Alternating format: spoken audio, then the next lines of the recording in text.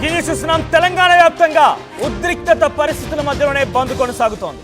నల్గొండ, మహబూబ్ నగర్, వరంగల్ జిల్లాల్లో దుకాణాలకి స్వచ్ఛందంగా బంద్ పిలుపునిచ్చారు ఒకటి వర్తక సంఘాలు. సో ఆమన్గల్లో కూడా లోకల్ వ్యాపారులు ఆందోళన చేపడుతున్నారు. మార్వాడి గో బ్యాక్ అంటూ నిరసనలు వ్యక్తం చేస్తున్నారు. స్థానిక వ్యాపారులపైన మార్వాడీలు దౌర్జన్యం చేస్తున్నారని ఆందోళన వ్యక్తం చేస్తున్నారు. అవాంఛనీయ ఘటనలు జరగకుండా పోలీస్ బందోబస్తు కూడా కొనసాగుతోంది. మీరు చూస్తున్న విజువల్స్ అన్ని కూడా నల్గొండ మొత్తం కూడా ప్రశాంతతమైనటువంటి వాతావరణంలోనే అక్కడి షాపులన్నీ కూడా క్లోజ్ చేసి ఉంచారు. కింద మీరు చూస్తున్న విజువల్స్ అన్ని కూడా నల్గొండలోని లైవ్ విజువల్స్ అవి. సో అక్కడ మీరు కంప్లీట్ గా ప్రతి షటర్ కూడా క్లోజ్ చేసే ఉంది.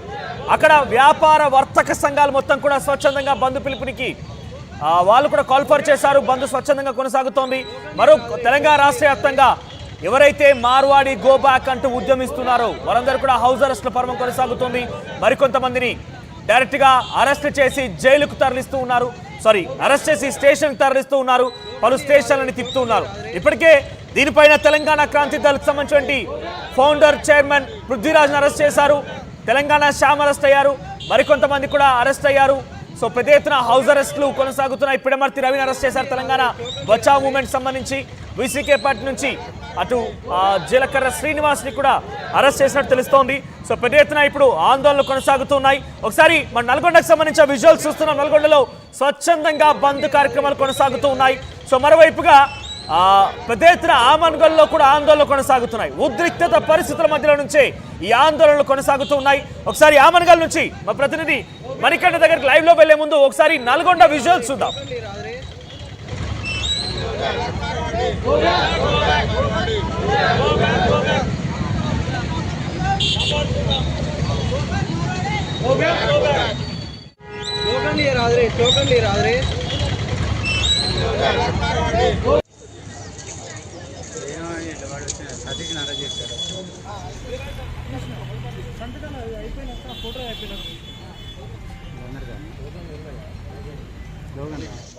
రాష్ట్ర వ్యాప్తంగా అరెస్టుల పర్వం కొనసాగుతోంది. ఎక్కడ చూసినా అరెస్టులు కొనసాగుతున్నాయి. పెద్ద ఎత్తున ఆందోళన కలిగించే విధంగా రాష్ట్ర వ్యాప్తంగా మార్వాడి గో బ్యాక్ ఉద్యమం తలెత్తింది.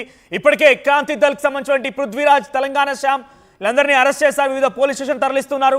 పిడమర్తి రవిని కూడా తెలంగాణ బచావ్ మూవ్మెంట్ అని స్టార్ట్ చేసిన పిడమర్తి రవిని కూడా హౌస్ అరెస్ట్ చేసినట్టు తెలుస్తోంది. సో తెలంగాణ రాష్ట్ర వ్యాప్తంగా వివిధ ప్రాంతాల నుంచి మా ప్రతినిధి అందుబాటులో ఉన్నారు. ఒకసారి మనం పృథ్వీరాజ్ని అరెస్ట్ చేసే క్రమంలో ఆయన మాట్లాడుతున్నారు. ఏం మాట్లాడుతున్నారో చూద్దాం.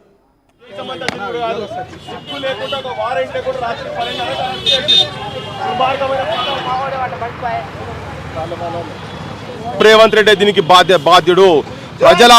ప్రజల అభిప్రాయం మొత్తం వేరే ఉన్నది. వీళ్ళు చేస్తున్నది ఒకటి. అమ్ముడు వైండు ముఖ్యమంత్రి రేవంత్ రెడ్డి, అమ్ముడు వైండు. ప్రజాపాలన అని రాజ్యాంగ పుస్తకాలు పట్టుకొని దేశమంతా తిరుగుడు కాదు. సిగ్గు లేకుండా ఒక వారెంట్ లేకుండా రాత్రి 12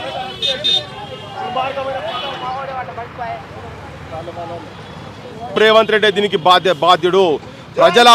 ప్రజల అభిప్రాయం మొత్తం వేరే ఉన్నది. వీళ్ళు చేస్తున్నది ఒకటి. అమ్ముడు వైండు ముఖ్యమంత్రి రేవంత్ రెడ్డి, అమ్ముడు వైండు. ప్రజాపాలన అని రాజ్యాంగ పుస్తకాలు పట్టుకొని దేశమంతా తిరుగుడు కాదు. సిగ్గు లేకుండా ఒక వారెంట్ లేకుండా రాత్రి 12:30కు వారెంట్ లేకుండా గుండాలు ఉతికే పెద్ద పోలీస్ మాబ్ గ్యాంగ్ 2 విడతలలో వచ్చి అరెస్ట్ చేసి నల్లకుంట పోలీస్ స్టేషన్కు తీసుకొని పోయింది. మార్వాడి ఏదైతే ఆమన్గల్లో కూడా పెద్ద ఎత్తున ఈ బంద్ కొనసాగుతోంది. ఆమన్గల్ వర్తక సంఘాలు మొత్తం కూడా ఆందోళన చేపడుతున్నాయి. మార్వాడీలు మమ్మల్ని పూర్తిగా దౌర్జన్యంగా దోచుకుంటున్నారంటూ వారంతా కూడా ఆవేదన వ్యక్తం చేస్తూ ఆందోళన చేపడుతున్నారు. ఒకసారి ఆమన్గల్ నుంచి ప్రతినిధి మణికంఠ లైవ్లో సిద్ధంగా ఉన్నారు. మణికంఠ, సో ప్రెసెంట్ మీరున్న దగ్గర పరిస్థితి ఎలా ఉంది? ఆమన్గల్లో వర్తక సంఘాలు ఏం చెప్తూ ఉన్నాయి? మనోజ్, ఆమన్గల్ పట్టణంలో నేడు ఏదైతే రాష్ట్ర వ్యాప్త బంద్ కు పిలుపునిచ్చినటువంటి నేపథ్యంలో ఆమన్గల్ పట్టణంలో కూడా పూర్తిగా బంద్ పాటిస్తున్నటువంటి పరిస్థితి. వర్తక వ్యాపారులంతా కూడా ఈ బంద్ లో స్వచ్ఛందంగా పాల్గొంటున్నారు. ఎప్పుడైతే సికింద్రాబాద్ లో జరిగినటువంటి దాడి ఘటన నేపథ్యంలో మొట్టమొదటిసారిగా ఆమన్గల్ వేదిక నుంచి ఆమన్గల్ పట్టణానికి చెందినటువంటి వర్తక వ్యాపారులంతా కూడా గత సోమవారం రోజు బంద్ కు పిలుపునియడం జరిగింది. ఆ తర్వాత కొన్ని అనివార్య కారణాల వల్ల బంద్ ను వాయిదా వేసుకున్నారు. ప్రస్తుతానికి చూసుకున్నట్టయితే తెలంగాణ రాష్ట్ర వ్యాప్తంగా బంద్ కు పిలుపునిచ్చినటువంటి నేపథ్యంలో ఆమన్గల్ పట్టణంలో అయితే ప్రశాంతమైనటువంటి వాతావరణంలో బంద్ కొనసాగుతుంది. మనం విజువల్స్ లో చూసుకున్నట్టయితే పూర్తిగా ఇక్కడ ప్రధాన రహదారిపై ఉన్నటువంటి వర్తక వ్యాపార సముదాయాలన్నీ కూడా మూసేసి వీరంతా కూడా నిరసన తెలుపుతున్నారు. ఎవరైతే మార్వాడీస్ గో బ్యాక్ అనేటటువంటి నినాదాన్ని ఎత్తుకొని వారంతా కూడా బంద్ కు పిలుపునిచ్చినటువంటి నేపథ్యంలో ఆమన్గల్ పట్టణానికి చెందినటువంటి వర్తక వ్యాపారులంతా కూడా ప్రస్తుతానికి బంద్ లో పాల్గొంటున్నారు.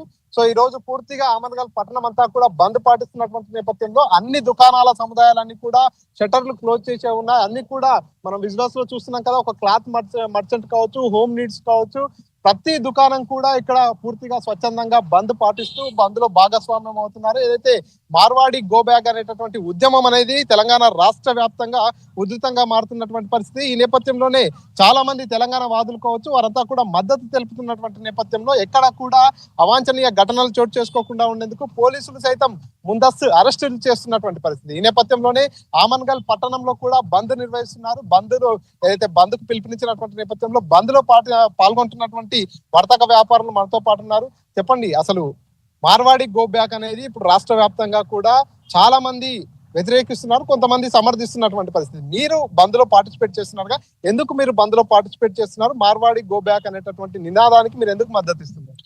ఇప్పుడు ఈ రోజు మా ఆమన్గల్ పట్టణంలో వర్తక వ్యాపార సంఘాల నాయకులు, జేఏసీ నాయకులు అందరూ కూడా, వర్తక సంఘాల అధ్యక్షులు, వ్యాపారస్తులు అందరూ కూడా స్వచ్ఛందంగా ఈరోజు గోబ్యాక్ మార్వాడి గోబ్యాక్ నినాదంపై బంద్ను నిర్వహిస్తున్నాము.